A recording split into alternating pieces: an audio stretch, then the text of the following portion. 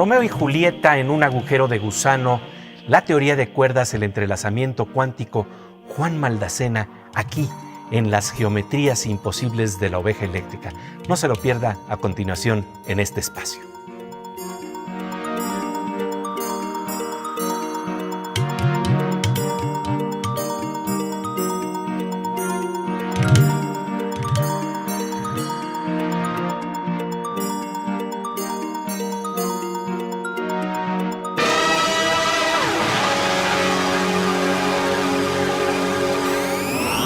Bienvenidos a los escenarios cósmicos de la oveja eléctrica en Canal 22, en donde hoy hablaremos de la teoría de cuerdas y de Romeo y Julieta en un agujero de gusano. Romeo y Julieta en un agujero de gusano. ¿Qué tal, querida Silvina? Increíble, Pepe. En la emisión anterior, el físico Juan Maldacena planteó una propuesta revolucionaria que permite vincular el universo de la física de partículas, hecho de puntitos y campos, con el mundo descrito por la teoría de cuerdas. Resultan ser dos caras de la misma moneda.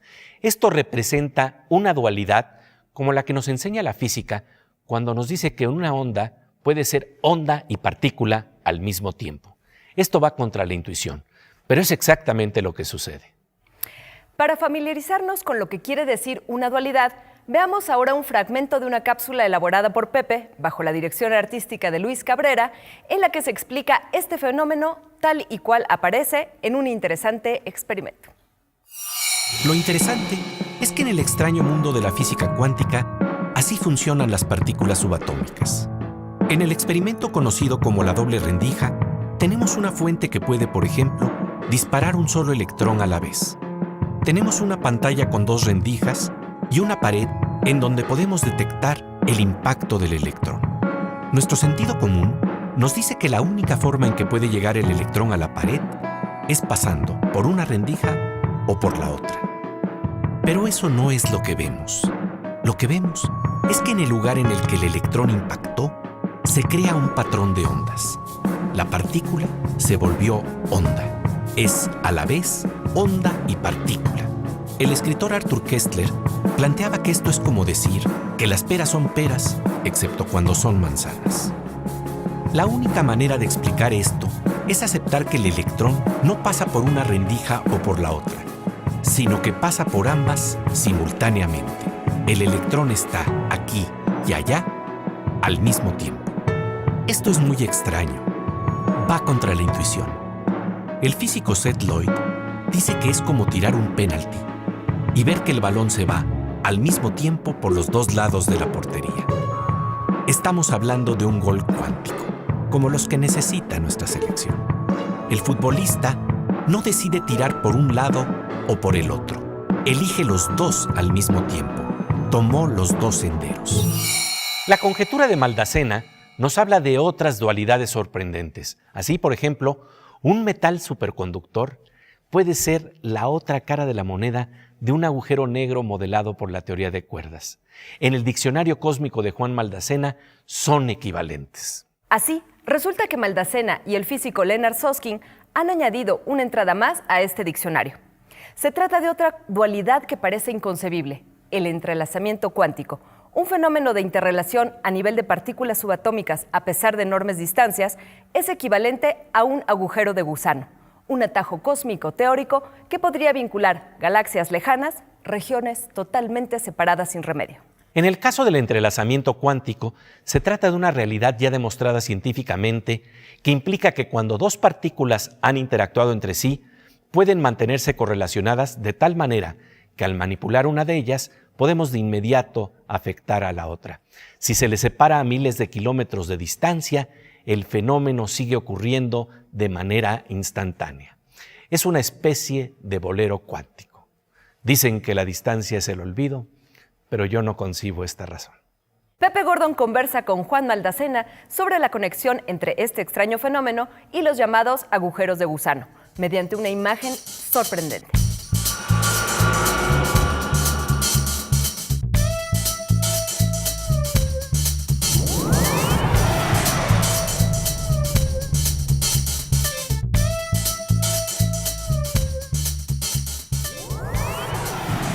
E.T. tienes una imagen muy sugestiva en un texto que publicaste en Scientific American, en donde hablas entonces de qué pasaría si Romeo y Julieta de alguna manera conocen estas posibilidades. Sí, esta es una manera para explicar en qué consiste el hecho de que cuando uno tiene esos agujeros negros entrelazados compartan el interior. O sea, uno a veces piensa como que el agujero negro es... uno tiene un agujero negro y tiene su interior, y acá tiene un agujero negro y tiene su otro interior. Lo interesante de esta geometría es que el interior es compartido entre los dos agujeros negros. Entonces, pero por otro lado no se puede mandar información de un lado al otro. Entonces uno se pregunta, bueno, ¿en qué sentido es compartido? Entonces para eso pensemos en una historia. Entonces la historia es una historia en el futuro, donde hay dos familias que están muy peleadas entre sí, y el hijo de una familia se enamora con la hija de la otra familia, Romeo y Julieta.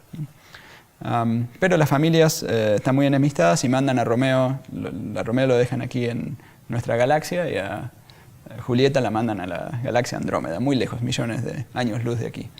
De manera que no puedan tener ninguna relación. Pero ellos son muy inteligentes y empiezan a compartir pares de partículas entrelazadas y son muy avanzados en sus conocimientos científicos y logran formar dos agujeros negros entrelazados entre sí, que estarían, de acuerdo a esta idea, estarían unidos por uno de estos agujeros de gusano, tendrían un interior único. Entonces, al tiempo convenido, van y ambos saltan dentro de esos agujeros negros. Las familias ven, saltó dentro de un agujero negro, se suicidó. Entonces las dos familias piensan que se suicidó, y de hecho el relator de la historia también piensa que se suicidó, porque también la escribe desde afuera. Pero lo que no sabían era que había un interior compartido. En el interior, cuando ellos saltan adentro, se juntan adentro del interior y bueno, pueden vivir ahí por cierto tiempo hasta que se mueren dentro de la singularidad del agujero negro, la región con curvatura muy grande. Entonces esa es la manera en que uno puede decir que el agujero negro, la interior es común. O sea, podría ser explorado por dos personas de esta manera. Amores que trascienden el espacio-tiempo. Sí. Oye, y bueno, esto es interesante porque el entrelazamiento cuántico se vuelve entonces básico para tratar de entender cómo se forma la geometría del espacio-tiempo. Claro, lo que este ejemplo nos diría es que el entrelazamiento es muy importante para entender la geometría. También hay otros indicios de eso, hay otras fórmulas que otros científicos han explorado y todo, en donde el entrelazamiento tiene que ver con la geometría. Una forma poética podría decir que el entrelazamiento cuántico son los hilos que tejen la tela del espacio-tiempo. Pero bueno, esta es simplemente una idea literaria, ¿no? Todavía no conocemos las fórmulas precisas detrás de esta idea. Pero a uno le gustaría encontrar una forma de describir el espacio-tiempo que se base en una idea de este tipo. Fíjate, si lo estamos planteando en términos poéticos, alguien decía, nadie puede cortar una flor sin perturbar una estrella. Eso pasaría si tuviéramos acceso a esta sensación de tejido de espacio-tiempo en donde todo está interrelacionado. Sí, está interrelacionado y bueno, la idea es que, de acuerdo a esto, es que cosas que están cerca es que están bastante relacionadas, y que estén lejos significa que están menos relacionadas. Y que así va, o sea, no es que porque están lejos están menos relacionadas, sino que porque están menos relacionadas están lejos. Exactamente. Pero ¿y esto te causa asombro cuando tú exploras estas posibilidades? Yo sé que tú lo planteas en términos matemáticos con un lenguaje que no es ambiguo, como el que tenemos que utilizar. Bueno, esta idea del entrelazamiento dando origen al tejido del espacio-tiempo es como una especie de una visión. Todavía no sabemos las fórmulas detrás de esto. La idea es que estamos tratando de encontrar unas fórmulas detrás de esto. Y creemos que es importante entender el espacio-tiempo de esta manera para poder describir el interior de los agujeros negros. Esa fue una de las investigaciones que nos llevó a pensar en este tipo de... Pero tienes esa intuición de que va por ahí. Y es posible, sí. Fascinante lo que nos dice el revolucionario diccionario propuesto por la conjetura de Maldacena. Cabe destacar que Maldacena es un reconocido investigador del Instituto para Estudios Avanzados de Princeton, el mismo lugar donde Albert Einstein trabajó los últimos 21 años de su vida. Su trabajo se considera toda una revolución en la teoría de cuerdas. Después del corte seguiremos conversando con este destacado físico sobre los retos de esta teoría de cuerdas en torno al estudio de los agujeros negros, del Big Bang, del origen del universo.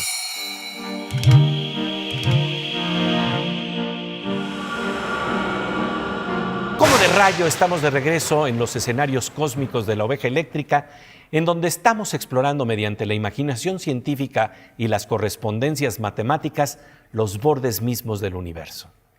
Pepe Gordón conversa con Juan Maldacena sobre los retos que en este marco tiene enfrente la teoría de cuerdas.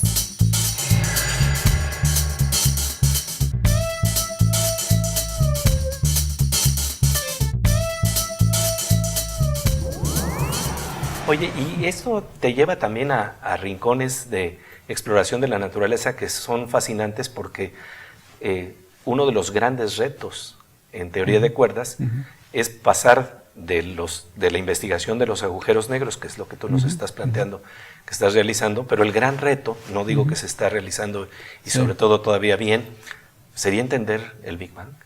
Sí, ese es el gran reto de esta área, entender el Big Bang, cómo se origina el tiempo, todo eso son las preguntas más interesantes. Los agujeros negros también son interesantes, son menos interesantes que esta otra pregunta, son también muy interesantes y creemos que son más fáciles de resolver. Por eso es que estamos pensando, por eso es que yo y otros estamos pensando en los agujeros negros primordialmente. Porque cuando estás hablando de Big Bang, estamos hablando de una historia que tenemos en común, que se remonta hace 13.800 millones de años, donde todos éramos uno y lo mismo. ¿No se supone que va por ahí? Sí, ciertamente el principio del Big Bang el universo era muy sencillo en ese momento y eso es una de las cosas más sorprendentes de la teoría del Big Bang, que el universo comienza de una forma muy sencilla, un gas casi uniforme hidrógeno y un poco de helio, etc. Y de ahí va evolucionando lo que podemos ver ahora, ¿no? Que no es ciertamente un gas uniforme, hay estrellas, hay planetas, etc. Y todo se debió a pequeñas fluctuaciones iniciales y a la fuerza de la gravedad. Esas pequeñas fluctuaciones iniciales, ¿a ti te maravillaron cuando las empezaste a investigar? Sí, estas fluctuaciones son muy interesantes porque nos hablan de una etapa todavía anterior a esta etapa del gas uniforme. Nos hablan de una etapa en donde el universo... Bueno, esto ya es más teórico. Se cree que esas fluctuaciones se deben a una etapa anterior de la historia del universo donde el universo se expandió en forma muy rápida. Una forma se llama el periodo inflacionario. Es más o menos como la moneda se va aumentando cuando uno tiene un periodo de inflación. En Argentina tenemos mucha experiencia con eso. Sí. La inflación en Argentina fue de un factor de 10 a la 13. Y bueno, es la mitad de la inflación del universo. Pero entonces en este periodo inflacionario lo interesante es que se expande el universo muy rápidamente, pero también la región que cada pequeña región del universo tiene un acceso causal, digamos, a otra región relativamente pequeña, perdón. Y ahí los efectos cuánticos son importantes, o sea, cuánto se va a ir expandiendo como una especie de reloj interno que tiene el universo, y ese reloj no es totalmente clásico, es un poquito cuántico. Y esas pequeñas fluctuaciones cuánticas de ese reloj fue lo que dio origen a que cuando termina la inflación, termina a distintos tiempos en distintos lugares, y se producen las fluctuaciones iniciales. Y las propiedades de estas fluctuaciones es algo que se está estudiando intensivamente a través de distintos experimentos, observando el universo en microondas, mirando la estructura de las galaxias a grandes distancias, etc. Y esas propiedades nos podrían dar información sobre qué partículas existieron en ese momento, cuando estaba ese periodo inflacionario. Es una de las maneras en que quizás se pueda ver algún indicio de las teorías de cuerdas. De explorar que allí estaban las cuerdas. Sí, eso requiere suerte, digamos, en el sentido de que depende de qué tan livianas eran las cuerdas en ese momento. Si tenían un tamaño comparable al tamaño del universo en ese momento, se podrían explorar. Se podría ver algunos indicios. Pero bueno, podría haber indicios de otras partículas. Es algo interesante para estudiar, por supuesto. ¿Cómo acercarnos a las orillas del Big Bang cuando todo lo que existe hoy en el universo era uno y lo mismo? Ese es el gran reto que se le plantea a la teoría de cuerdas, nos dice Juan Maldacena. Seguiremos conversando con este gran científico sobre las fronteras del conocimiento. Antes, vamos con la morsa eléctrica, el físico Manuel López Michelone, para asomarnos al tenebroso mundo de los hackers.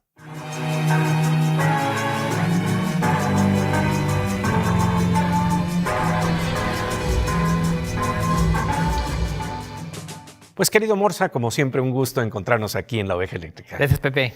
Oye, hay que hablar de la mecánica por medio de la cual empresas como Analytica Cambridge se metió hasta dentro de nuestra información en Facebook. Bueno, el truco fue bastante sencillo.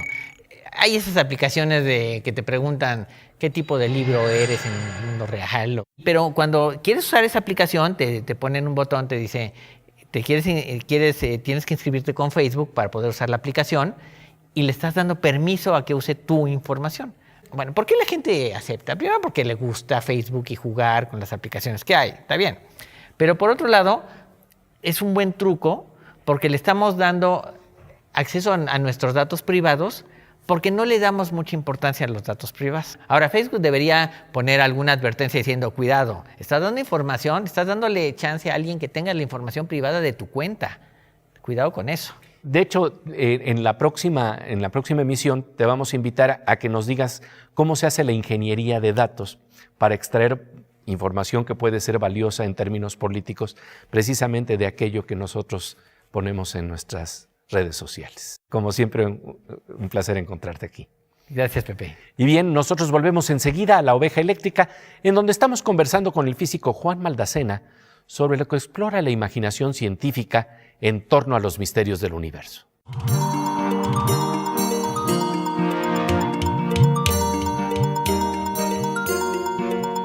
Como de rayo, estamos de regreso en los escenarios cósmicos de La Oveja Eléctrica y los misterios que en este campo sondea la ciencia. Pepe Gordon conversa con el físico Juan Maldacena, quien revolucionó la teoría de cuerdas al abrirnos a las nuevas vistas que se despliegan con la imaginación matemática y científica.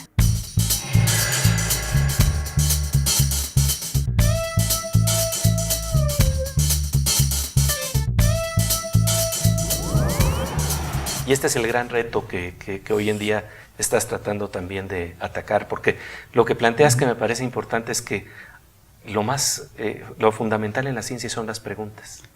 Sí, las preguntas y también muchas veces las preguntas que se puedan resolver relativamente rápido, ¿no? Las preguntas accesibles. Uno puede tener también preguntas que por ahí son inaccesibles. Claro. Pero las que estás haciendo hoy eran inaccesibles antes.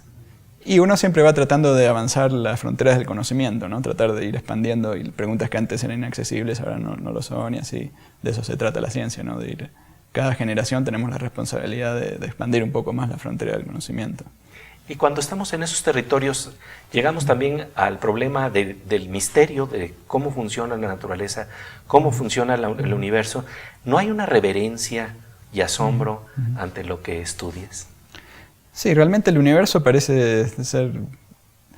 Lo más sorprendente del universo es que es muy sencillo, que las leyes fundamentales son muy sencillas.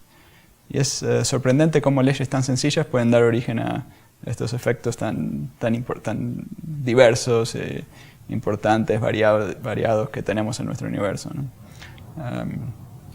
Y bueno, uno trata de entender cuál es la versión todavía más sencilla, todavía más fundamental, que nos permite describir incluso el principio del universo, porque eso es algo que no podemos describir.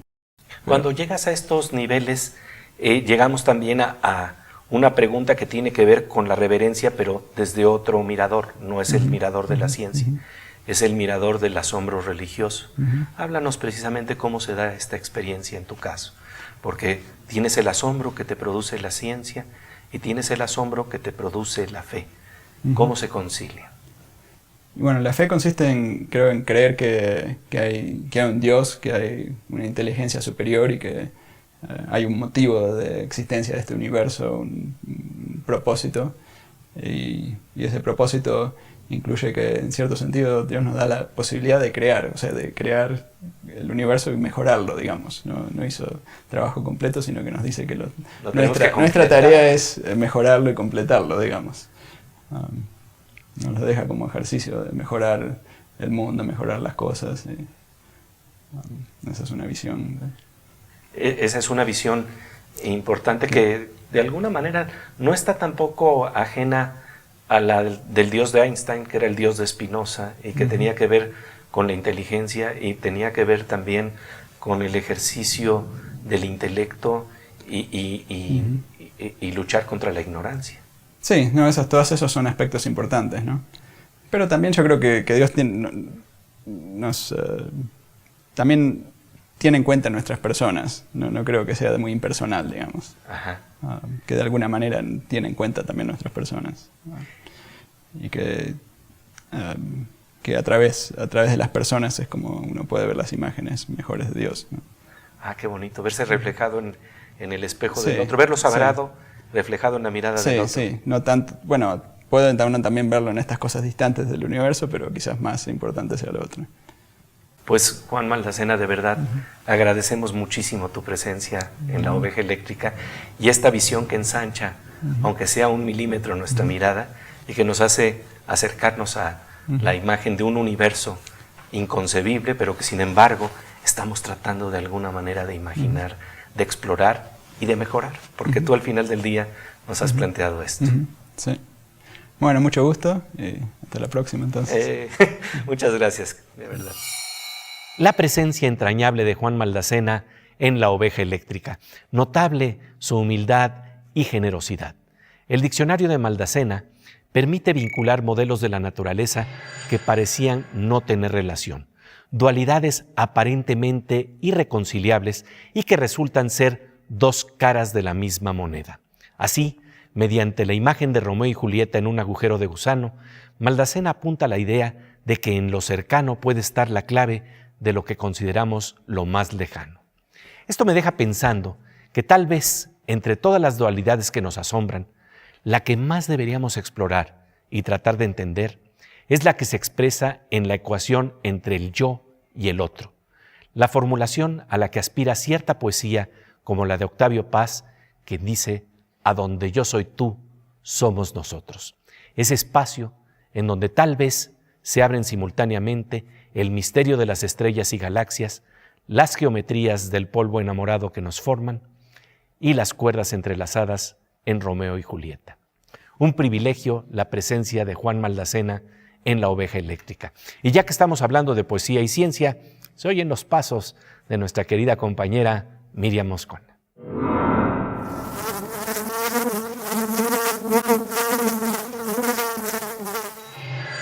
Fíjate que hoy hemos hablado de agujeros de gusano que comunican galaxias lejanas. Hablemos de lo diminuto.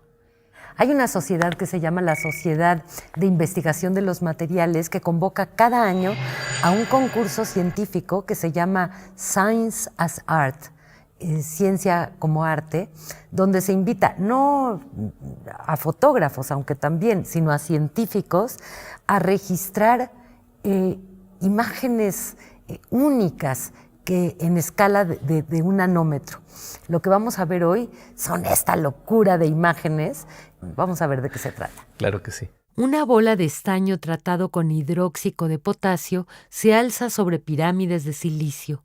Es evidente que la intención del fotógrafo es imitar un paisaje con luna al fondo. La foto es de Sedat Kanli y fue el primer lugar en la convocatoria llevada a cabo en el 2010. Dedos de poliepóxico como si surgieran de una chifladura surrealista sujetan una esfera de 2.5 micrones de poliestireno. Las uñas rosas acentúan la impresión de tratarse de una mano sujetando una pelota. La imagen es de Boaz Pokroy y ganó en la convocatoria del 2008. Esta nanoflor está hecha de nitruro de indio.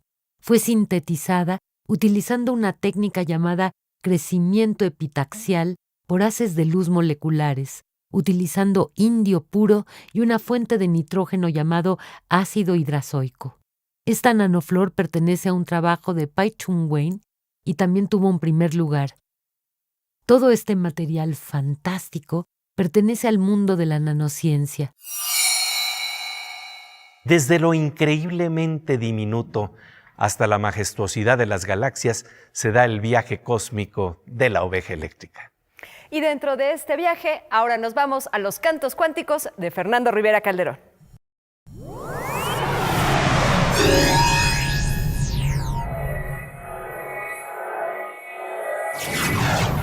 Pues querido Fernando Rivera Calderón, en verdad un gusto encontrarnos aquí en la Oveja Eléctrica. Igualmente, mi querido Pepe, además en este escenario siempre fantástico. ¿Verdad? Y además un escenario que nos recuerda que podemos trascender el espacio-tiempo y hay amores que trascienden el espacio-tiempo. Sí, fíjate que estaba pensando en este tema y creo que a veces el desamor mismo te permite experimentar el universo paralelo. Así que vamos a cantar esto a ver qué te parece. Para todos los enamorados cuánticos y cósmicos que hay por acá. Claro que sí, querido Fer. Yo te amo y mi amor no te llega. Tú me amas, mas tu amor no me llega. Nos amamos en dos mundos distintos. Pronto seremos tú y yo, dos corazones extintos. Y cuando los amantes no sienten amor ni celos, es que han caído en universos paralelos. Y aunque en cada mundo las tragedias corresponden, en sus universos los amantes no responden, no responden jamás.